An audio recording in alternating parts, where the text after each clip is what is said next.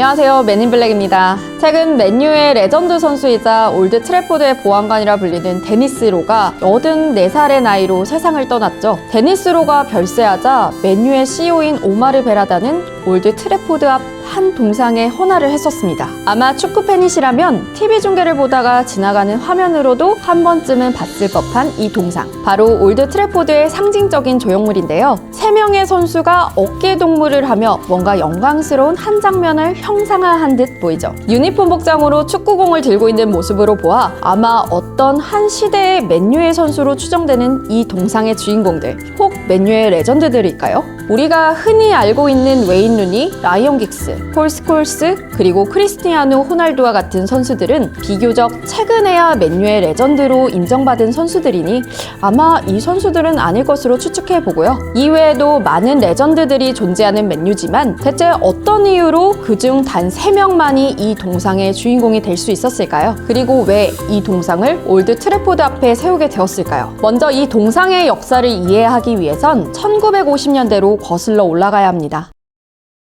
때는 1958년, 맨유는 유러피언컵 8강에서 만난 지베지다와 2차전을 치르기 위해 원정을 나섰는데요. 해당 경기가 무승부로 마무리되었지만 총합 득점 5대4의 스코어로 준결승 티켓을 따게 되고 기쁜 마음으로 맨체스터로 향하게 됩니다. 당시에는 영국까지 이어지는 직항편이 없었기에 서독의 미넨공항을 경유해야 했고 경유 중 연료 보급을 마친 비행기는 예기치 못한 문제를 마주하게 되는데요. 당시 미넨에는 많은 눈이 내려 활주로가 반쯤 얼어붙어 있었고 이런 기상 조건 속에서 이륙은 쉽지 않아 보였죠. 하지만 최종적으로 시도했던 이륙 상황에서 얼어붙은 활주로 탓에 충분한 양력을 내지 못한 비행기는 끝내 공항 울타리를 뚫고 인근 가옥과 충돌하며 폭발하게 됩니다. 이 사고는 당시 전 세계를 충격에 휩싸이게 만들었는데요. 전체 승객 중 절반이 넘는 23명의 승객이 사망하게 되었고 그 중에는 8명의 맨유 선수들과 3명의 구단 스태프가 포함되어 있었죠. 절망스러운 상황 속에서 생존자 명단을 확인하였을 때 일부 맨유 관계자들을 찾을 수 있었고 그중 대표적인 인물들이 바로 맷 버스비 감독과 바비 찰튼경이죠. 해당 사고로 인해 맨유는 대부분의 전력을 잃어버리며 리그 우승 경쟁과 더불어 순항하던 유러피언컵이 모두 물거품이 되어버렸고 그렇게 몰락의 길을 걷게 된 맨유였죠. 일각에서는 맨유가 해체될 것이라는 전망도 나왔었지만 사고에서 극적으로 살아남은 맷 버스비 감독과 바비 찰튼경은 맨유를 붙잡고 팀을 재건하는 데 힘썼는데요. 그때 맷 버스비 감독은 맨유의 스카우터로부터 한 통의 연락을 받게 됩니다. 고작 15살인 소년이지만 천재적인 축구 재능을 가졌다는 기쁜 소식이었는데요. 맨유는 즉각 그 소년을 유소년 팀으로 영입하게 되는데 그 소년의 이름이 바로 조지 베스트였죠. 당시 15살의 어린 조지 베스트였지만 유소년 팀에서의 거듭되는 성장을 통해 17살의 나이로 1군에 데뷔하게 되었고 빠른 드리블, 창의적인 움직임 그리고 기상천외한 득점력을 통해 조지 베스트는 곧바로 맨유의 핵심 선수로 자리 잡게 되죠. 조지 베스트로 인해 윙에 대한 걱정은 모두 덜게 된 맨유였지만 팀의 재건을 위해선 강력한 골잡이가 필요했었는데요. 마침 맷 버스비 감독은 이태리에서 뛰던 한 선수를 발견하게 됩니다. 스코틀랜드 출신이었던 이 선수는 세리에의 수비적인 축구에 적응을 어려워하며 영국 무대로 돌아가길 희망했지만 그런 것 치고 16경기 열공. 아무튼 이 선수의 잠재력과 내면의 강인함을 알아챈 맷 버스비 감독은 당시 영국 최고 이적료를 지불하며 맨유로 영입하게 되는데 이 선수가 바로 데니스 로였죠. 두 선수를 영입하며 전력을 보강한 맨유는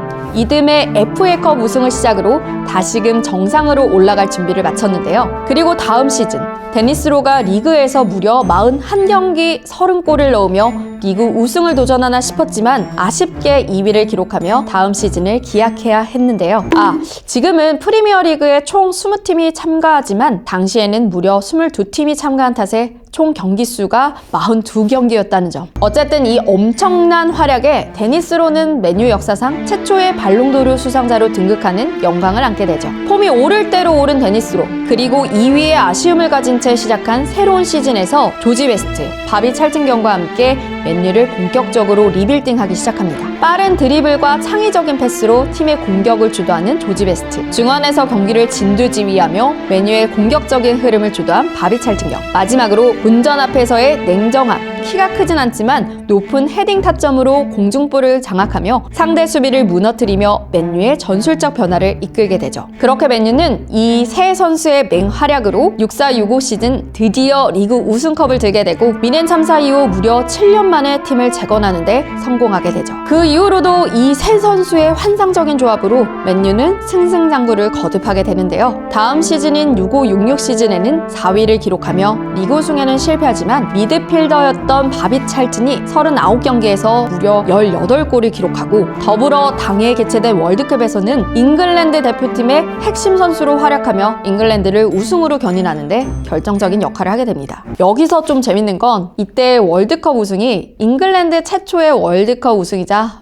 아무튼 바비 찰튼 경의 이러한 커리어로 데니스 로에 이어 맨유 역사상 두 번째 발롱도르 수상을 하게 됩니다. 그렇다면 맨유의 상승세는 여기서 끝이었을까요? 그 다음 해인 66-67 시즌에는 2년 만에 다시 리그 우승을 하며 왕자를 탈환하게 되는데 이때는 조지 베스트가 더욱 성장한 플레이메이커의 모습을 보여주며 맨유 공격의 중심이 되는 선수로 거듭나게 되죠. 이때부터 사실상 조지 베스트의 포텐이 완벽하게 터지기 시작하는데요. 하늘을 찌를 법한 그의 폼은 다음 시즌까지 이어졌고 리그 우승에는 아쉽게 실패하지만 10여 년 전 아픔이 있었던 바로 그 유러피언 컵에서 우승을 차지하는데 중요한 역할을 하게 되면서 바비 찰튼 경에 이은 발롱도르 수상까지 하게 됩니다. 이때 맨유가 얼마나 대단했는지 수치적으로나 어떤 자료 화면 같은 걸로 확인하기는 어렵지만 발롱도르 순위를 살펴보면 1위가 조지 베스트 그리고 2위가 무려 또 바비 찰튼 경이라는 거지. 이렇게 2년 간격으로 이 세 선수들이 번갈아가며 발롱도르를 수상하고 1960년대 후반을 그야말로 맨유의 전성시대로 이끈 것은 지금도 놀랄만한 일이지만 당시에는 얼마나 위대한 사건이었을지 가늠도 안 되는데요. 그렇게 70년대로 접어들면서 일부 선수들이 팀을 떠나거나 은퇴하게 되고 많은 맨유 팬들과 축구 전문가들은 1960년대의 영광을 회상하며 이 세 선수를 클럽 역사상 가장 위대한 조합으로 추앙하기 시작했죠. 이러한 흐름이 이어져 이들을 역대 최고의 공격 3인방으로 언급해오다 자연스럽게 트리니티라는 표현이 등장하게 되고 2008년 맨유는 1968년 유러피언컵 우승 40주년을 기념하여 올드 트래포드 앞에 트리니티 동상을 세우게 됩니다.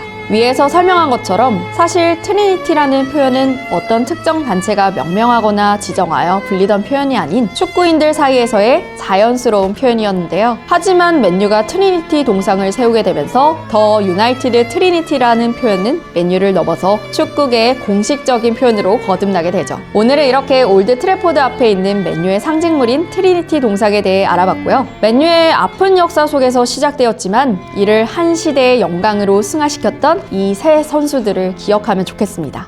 영상이 재밌으셨다면 구독과 좋아요 꾹 눌러주시고 저는 또 다른 재밌는 주제로 찾아올게요. 안녕!